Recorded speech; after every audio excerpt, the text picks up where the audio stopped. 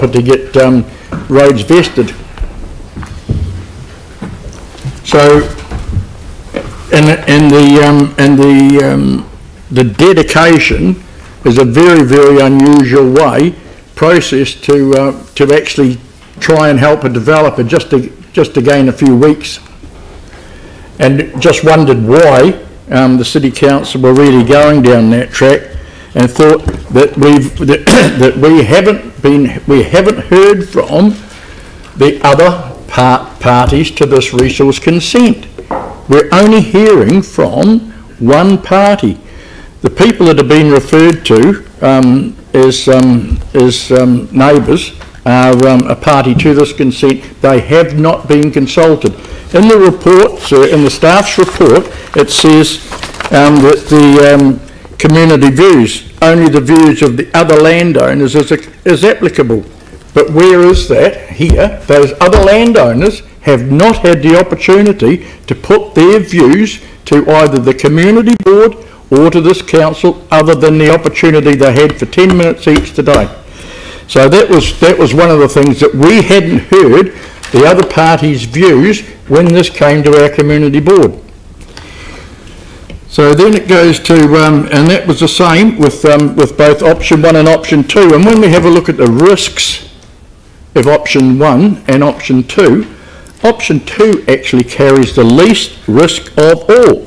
And it reads, the full risk borne by the developer to place the matter before the court, or mediation, because we've since found out that there is mediation, and mediation has taken place at 1:30 tomorrow. So by the end of next week, this issue may well be sorted without it going to court. But anyway, getting back to the information that we had at the board, we considered that.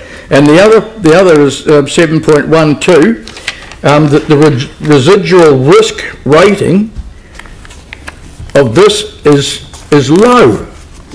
And we've since found out in PX that statement there, 7.121, is factually incorrect.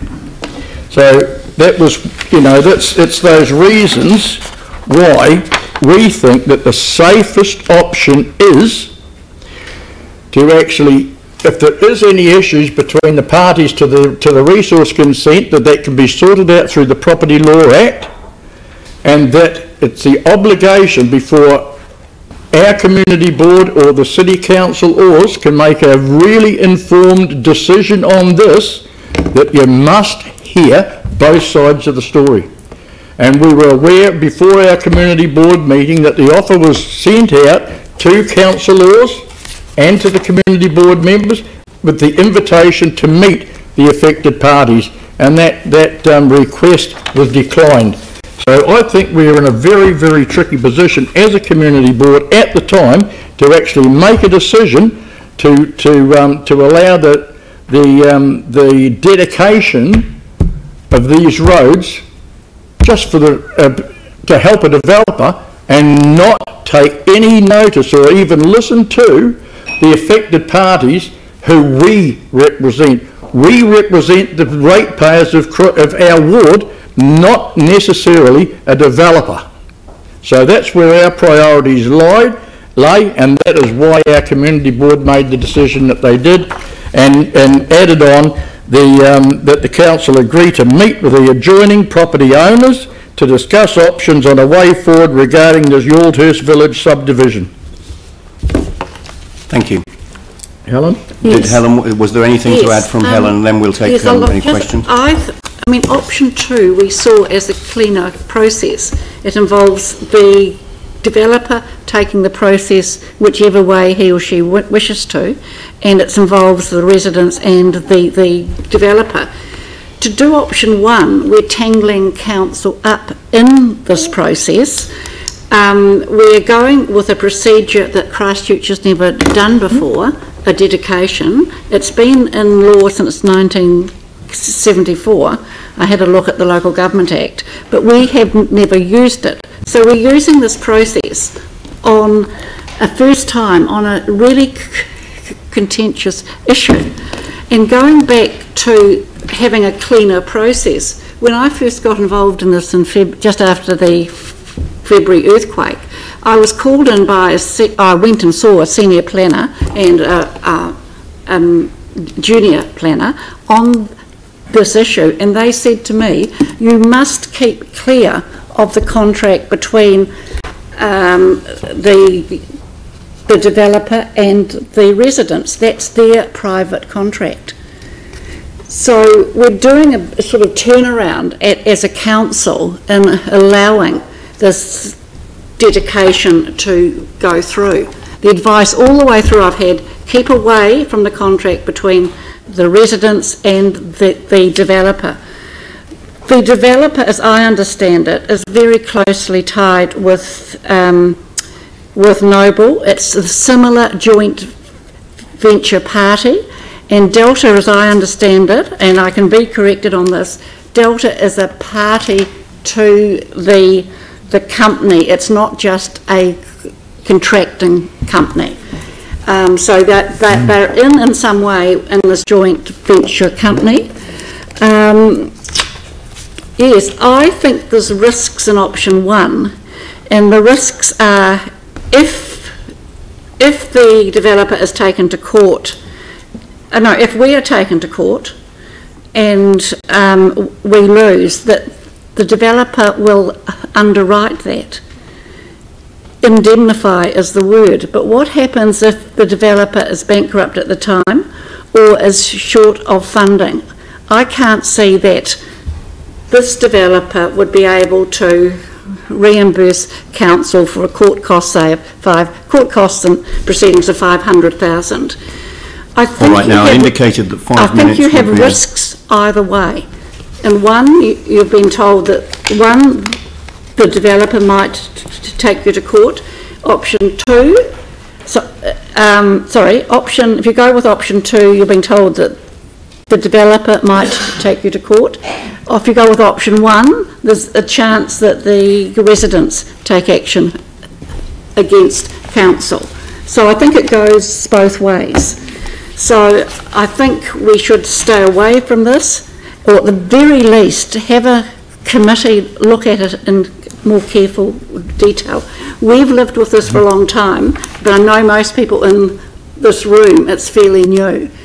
And I just think if the very least Helen, we're now at take 6 minutes, so if I could ask you just to wrap up, that would be fine. Thank you very much. All right, now I've got a couple of questions.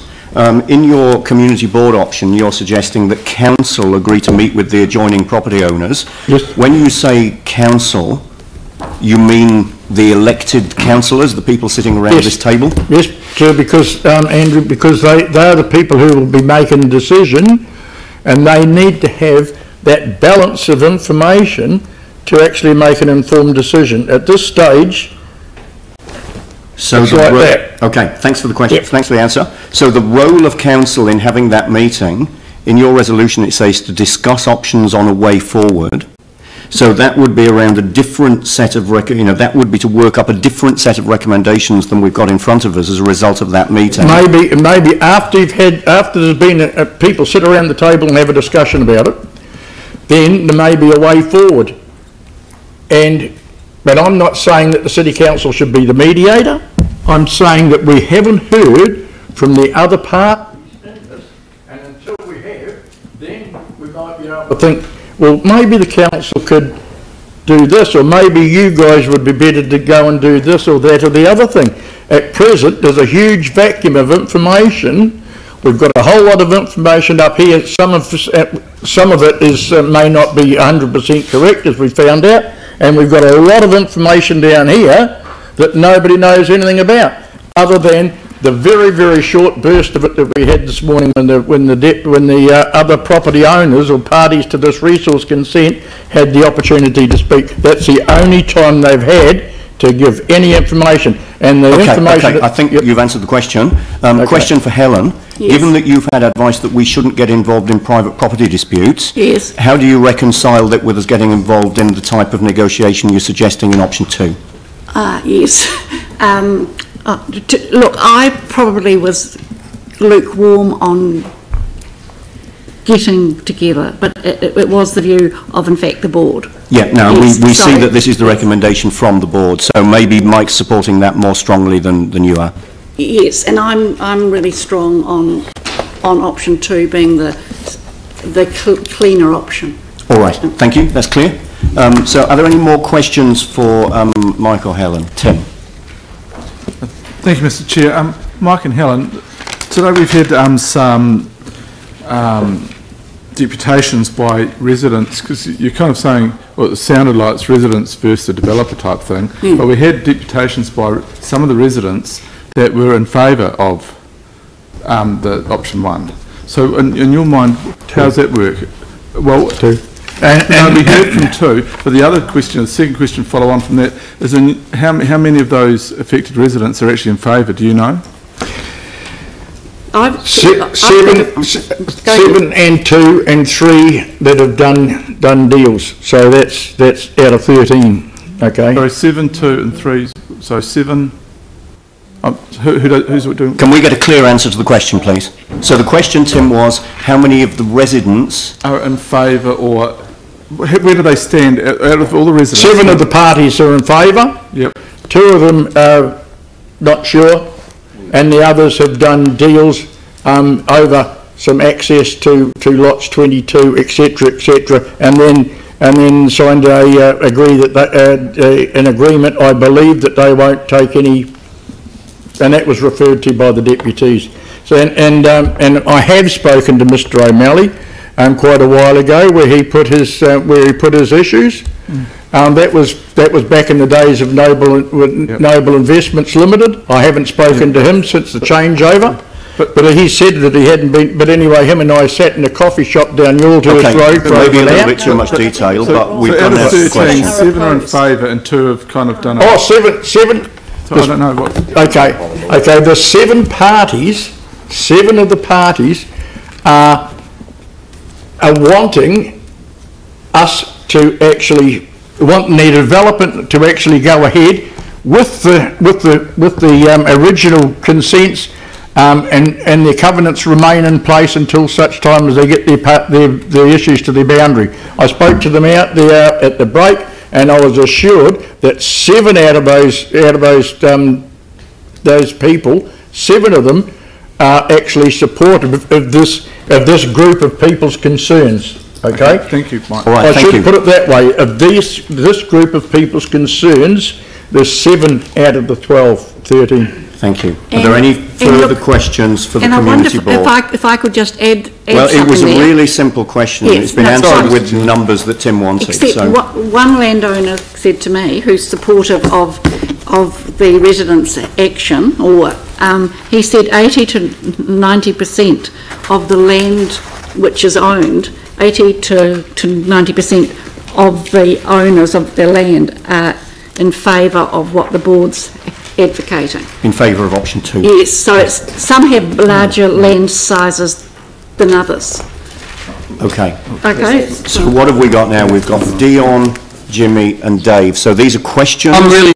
I'm really confused about lot 600. I'm just reading the information. I can't find anything that actually mentions 600 in any of the reports that I'm Correct. reading. That's what they've put in. Correct. So what's the deal with 600?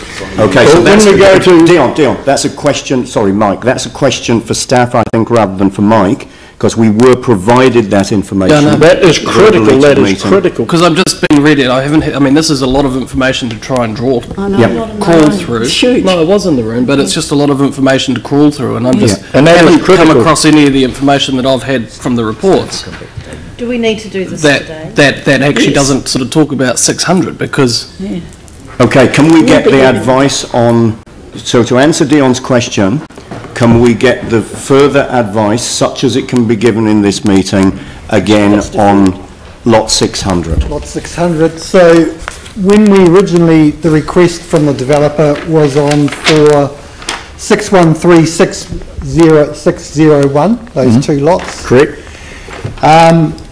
But the day before the community board meeting, after talking to New Zealand Transport Agency, I realised there was an issue to connect to the state highway. So I did raise it verbally at the community board meeting that lot 600 was also an issue. It is my mistake that it was originally left off my report, but it wasn't until later talking to New Zealand Transport Agency that I realised it could be an issue. But so the information was provided to the community board at the time that they made their recommendation, and that correct. Information has been provided to us verbally in PX, I might add. Yeah. Okay. Yeah, so it's not in our report that was presented to us. Correct. That's correct. Absolutely that's correct. And it's an issue. Right. Okay. Are there any further questions for the community board chair or deputy chair? Jimmy. Okay. And this will be the final question. Last time community board make decisions without any deputation, but today have 7 deputations. 4 is a support option 2, 3 support option 1. But based on your community board, the recommendation here 1 and 2. But because today they did have the deputation already, so regarding to paragraph 2, what's the purpose? Need to council engage with those people. What's the main purpose? We had the affected parties weren't consulted with Jimmy. They were given the opportunity to have a 10-minute slot here to present a history, a whole lot of information about this matter in 10 minutes.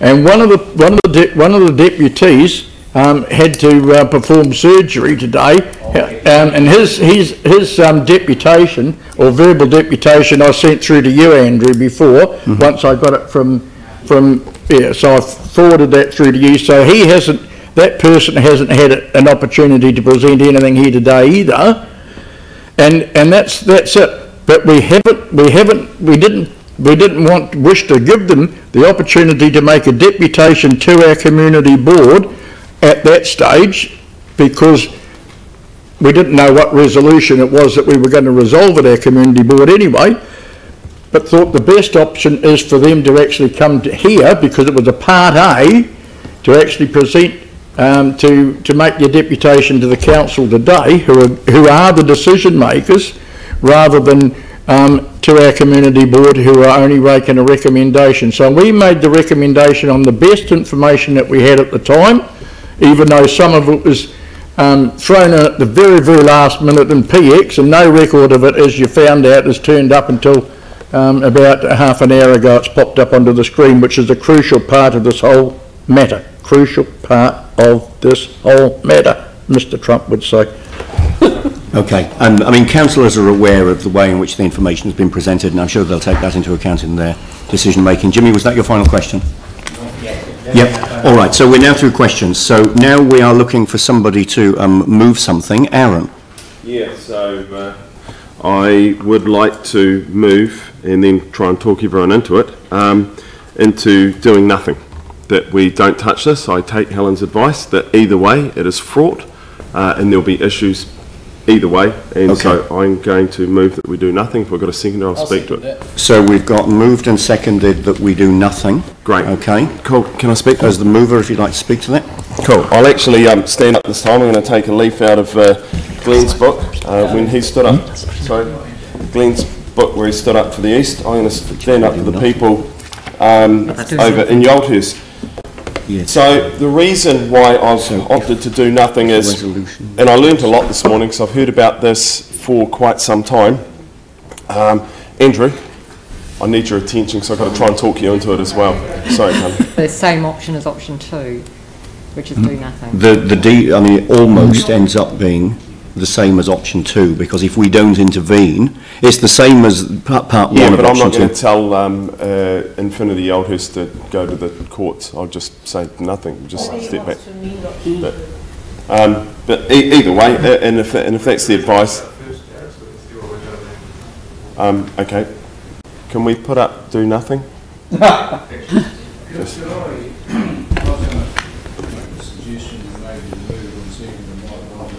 Consider it.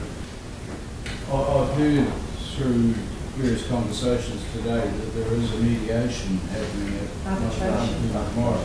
Arbitration. Is it about this? Yeah, but the arbitration, as I understand, it's on a different matter. This matter lie on the table until we see the outcome of that arbitration. Okay, hang on. So we've got, Check what the arbitration is about. let's just get some advice first of all on whether the arbitration is on the same matter that we're considering today. No. It's not. Okay. So what we've got is something that you might want to consider whether you want to move or not once the mover of this motion has finished speaking to his motion, whether you want to foreshadow a further motion that we leave the matter lying on the table pending the outcome of the arbitration, but we now know that the arbitration is actually on a different matter. Can we have evidence that it's on a different matter? No, I can't take comment from the public gallery, I'm sorry. Can I clarify? Yeah. As the arbitration is between Infinity and landowners.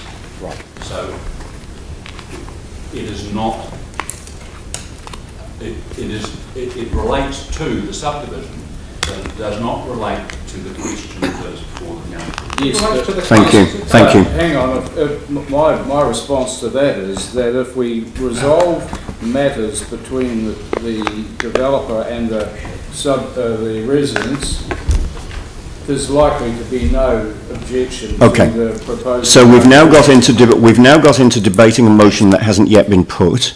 Are the mover and seconder of the motion we're currently debating happy to have their motion amended to reflect what David's asking for, or do we take that as a foreshadowed motion to deal with after we've dealt with what you're doing here? Yeah, let's leave it on so my motion will be to leave it on the table until arbitration's finished. So do nothing at the moment, leave the matter lying on the table until arbitration is complete. Or could we put a date on? I think we need a date. Reconsider it in 4 weeks' time or something. Well, next week. Next week. Yeah. How long's the arbitration likely to last? August. That's right. You could go for it. I mean, we don't know the answer to that question, so... I agree with 53 that it might be 5 years, but if it's brief and it's sorted, well, and we do we give them 6 weeks for arbitration? 3 weeks. 3 weeks. But they can't be sold in 3 weeks. Okay. Arbitration. All right, so we need to come up with a... Just remove this and just say that the report lie on the table until, I think because it may be when the report comes back, It'll put some pressure they on. would want to proceed with this. So, Or just until the next meeting. okay, so as a matter of process, Aaron, you're now changing the motion that you're putting, that the report lie on the table until... Yes, I do have concerns around that because it still leaves this potential process open, which I think, and I was going to use it in my debate, as part of a tool that the developer is using. Okay, so what do you want to do? So I'm just going to... Okay, yeah, so that's a good point, yep, so I will lay it on the table until until the arbitration's hopefully finished. Okay, and Dion was the original seconder of that motion. You're comfortable with that? So now we're debating then the amended motion. Cool. Fire away. Go ahead. Yep. So what we heard this morning was from the affected residents is that they'd essentially, and it's taken me a long time to understand this, bought into a property deal where you buy a big chunk of land, you scale it down, you get a token fee for the major portion of it, which is in a different part. It gets divvied up, a subdivision happens, and then you can, because you get leveraged your land, you are allowed to subdivide the parcel you're left with, but you'll have services in a road at your gate. Sounds like a good deal. A lot of us would probably sign up to it. I would myself. It sounds fantastic. And some of them had gone into that with that intention. What's happened since, and this is where it kind of becomes a legal versus a moral debate, I believe, and do we have a choice? We do have choices today, luckily, because I do believe that these things often just go through a council process and not voted on, and I think it's a good thing that it has come in front of the council. What happened then is when the original developer fell over, you get a mortgagee sale, which is referred to like a bargain sale. You then rush in and buy something for as cheap as you can, and then you have an option when you buy something. Was there already a deal on the table, and will I be a good neighbour and honour the original deal, or legally I don't have to and I can walk away and start again? And that's to me what this feels like. I'm no lawyer, but that's exactly how this feels, and this is about being a good neighbour. And we want to encourage that, and I think this is a way that, yes, legally they can get out of their obligations to provide those services, but is that the right thing? And is that the right thing for the people that invested? We've heard today that some still want to try and win back their right to the services at the gate and their road, and others have opted for it to just go ahead. I think the ones that have opted for it to go ahead, like we didn't hear from most of them, have given up. Because at a certain point you break, like we've had with the cathedral debate, and you hear people often go on about, oh, years ago I would have said fix it, but it's been so long now. People give up, and we live in an environment where that happens. So are we going to let greed be used as a tool through our council and take away the dedication of this road, or are we going to allow it to happen? And for me, it's a case of let's let this lie on the table. Hopefully arbitration will give us a good result for everyone involved. I do think it will cost the developer. They will lose something, but they will get a result. So that, for me, is where hopefully the arbitration will go, that the new developer will step up, meet the old obligations, get on with the development, because this is a great part of town, and it'll be a great neighbourhood one day, and hopefully this will be put behind all of these people. Thank you. Any other speakers on this motion? Phil? Actually, I'm very reluctant to support this motion. This just seems to me to be delaying something which, in fact, this has been going for 15 years, and there have been previous attempts at mediation and resolving the conflicts to absolutely no avail. So I think it's absolutely clear that we were advised today that, in fact, basically this is, in fact, for council a legal decision. Of course, there's always moral principles involved from all sides, but in fact, the previous attempts at resolution have failed. What do we learn from history? Well, I think it was Churchill said we learn nothing from history. The only thing we learn from history is we learn nothing. And I think we'll be back here on the 27th of July. Hopefully, if this is going, I know I'm tempted to vote against it, in the same position we are now. It is a legal matter, and I'm going to vote against it. Okay, Glenn. I'm going to vote against it, but I'm going to explain why. I supported the residents in the first place over the dangerous road, no question of that. Just want to give you an illustration. I think it was a couple of years ago, the local MP and I were invited to a meeting in Travis Country about a house that was moved into that subdivision where a covenant exists. Now, through various provisions, a relocatable was allowed to be put in there, but what we discovered, the debate was between the developer and the residents. It's nothing to do with the council. So there's a sense in which I actually echo Councillor Clearwater's view. Our decision, the background is legal. Other considerations are between the developers and the residents.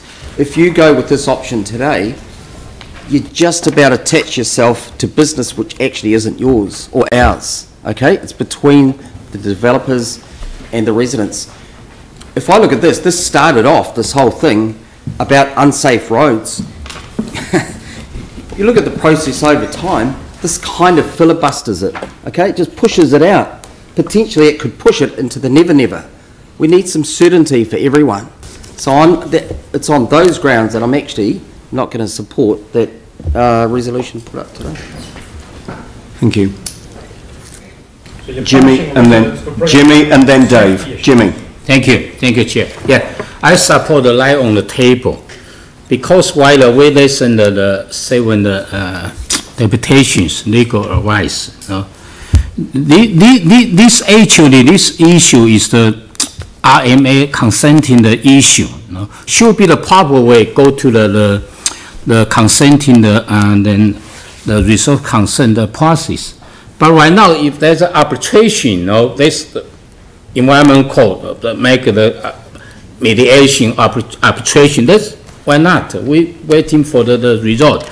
If we go to the option 1 in moment, because we heard that this kind of the council dedicate the role. It looks like we get involved. But if we go to the option 2, it's the developer remove the covenant through the court. And then public council still have a legal the challenge, etc. It's very hard to make us to make the decision very hard. I'm honest, very hard. But right now, arbitration, we're waiting for lie on table, waiting for the result. That's the base, and also based on community board their presentation. If we right now we need to consider is kind of a balance. We cannot just in line to the one side, but ignore to the other side. At the moment, it's not yet the balance. We just waiting. Give us the buffer time, plenty of time to make a decision. I think in that time, make a decision is kind of proper the decision rather than right now. It's difficult for me to make decision today. Dave. Thank you. Thank you. Look, I think I've been involved in various iterations of this subdivision problem for probably 6 or 7 years. And it's been a thorn in the side of council, the local residents, the community board for all that time. I appreciate the legal opinion that we probably don't have any other course but to approve this roading. But I would like to support this motion in giving arbitration one last chance to actually see if we can broker a solution.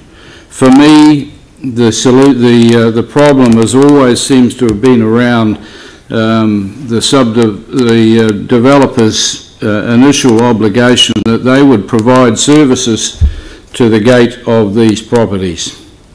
I don't seem to have a lot of sympathy for the iterations of reformation of companies and things, but it doesn't sort of sit that comfortably with me. So look, I don't think there's any harm in actually delaying this decision for a month. Maybe we do come back here in exactly the same position, but at least from my point of view, we have hung the olive branch out to see if we could come to some resolution in this sorry saga that has dragged on and on and on. And a simple resolution to honour some of the original developer covenants would probably solve this, and people would withdraw all their objections. We've got a road that doesn't really comply.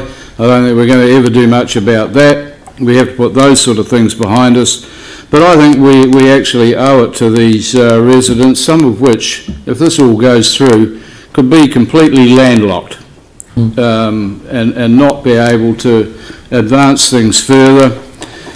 So why not give this another chance? Why not see if we can, once and for all, and maybe with a bit of publicity behind this decision, try and get to some resolve to put this to bed once and for all. It's dragged on too damn long, 6, 7, 8 years or more. It's probably the worst example of a development in Christchurch. It's created the most problems, the most angst for people that are associated with it, and it's time that an amicable solution was found and we put the damn thing to bed.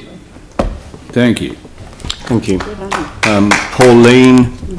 Yeah, so I mean, look, I basically agree with what Dave said, but today I was coming in after the discussion. I see that actually the council's perfectly in our rights to support option 1. I think that there's no reason for us not to legally.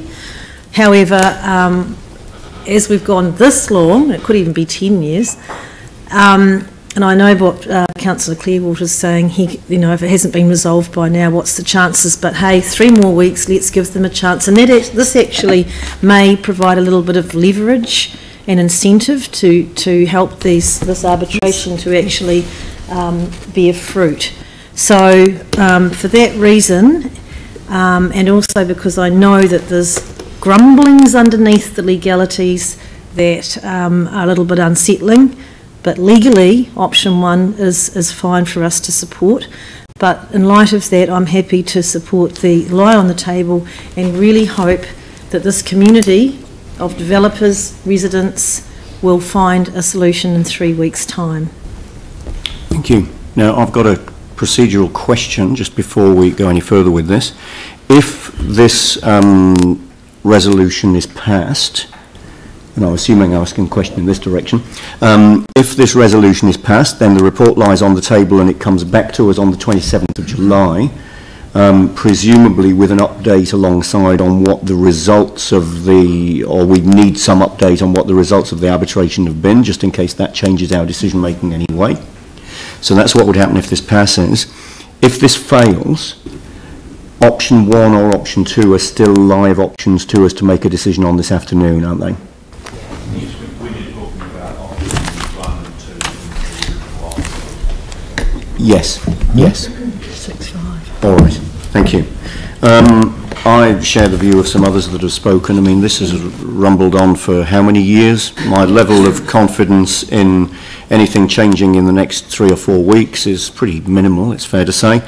I mean, yes, we need to put this to bed once and for all, and I believe our opportunity to do that is today. I'm not hearing anything in the deputations that we've heard or in the positioning of the various parties that gives me any level of confidence that there can be what's been described as an amicable agreement. I'm not hearing much amicable at all, I've got to say. And I think there's a real danger that the debate we've had today, and it's been long, and we've heard the deputations, and we've listened to the deputations, and we've taken all of that into account. But I don't think any of us, any of the parties concerned, want to go through all of that again in 3 weeks' time. I just don't think that would be a useful use of anyone's time. So I'm going to vote against this. And then we'll see where we go, whether this passes or whether it doesn't after that. Phil. Through you, Andrew, if this fails, I'm just flagging option 1 as a further recommendation. All right, so you're indicating that if this fails, you would move option 1. Thank you. All right, so I'll put this to a vote. All those in favour? Aye. Against? No. So how many were against? Yeah, we'll have a division if we can. So it was, yeah, so against was myself, Vicky Buck, Glenn Livingstone, Phil Clearwater, and Anne Galloway. So that's 1, 2, 3, 4, 5. So it's lost. Yeah, so it's, yeah, sorry, yes, so it's counting the number of people in the room, so it's carried. So this will come back to us on the 27th of July, but we need to make sure that we get any update of information alongside, so that if there is anything new, we can take that into account. Okay, we'll need to make sure that what will be acceptable and what won't at that meeting is well understood, and I'm sure our staff can make that clear. All right, great. Look.